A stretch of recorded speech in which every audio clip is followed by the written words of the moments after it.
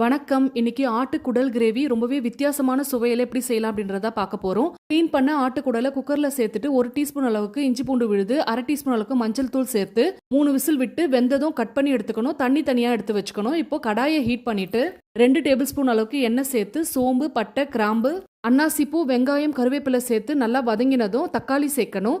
தக்காளி தோல் பிரிஞ்சு வர அளவுக்கு நல்லா வதங்கினதும் மிளகு, ஜீரகம், சோம்பு, இஞ்சி, பூண்டு இது எல்லாமே மிக்ஸி ஜார்ல சேர்த்துட்டு நல்லா அரைச்சி எடுத்துக்கணும். இந்த குடல் தொக்குக்கு இந்த விழுது தான் டேஸ்ட்டை எடுத்து கொடுக்கும். இப்போ இதையும் சேர்த்துட்டு நல்லா பச்சை வாசனை போகிற அளவுக்கு வதக்கிக்கணும்.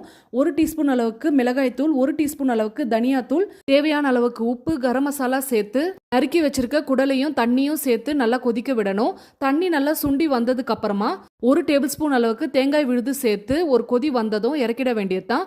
சூடான சாதத்து கூட இந்த தொக்கை பிணைஞ்சி சாப்பிட்டோம் அப்படின்னா சுவையோ சுவை. ட்ரை பண்ணிட்டு உங்க ஃபீட்பேக் சொல்லுங்க. பாய்.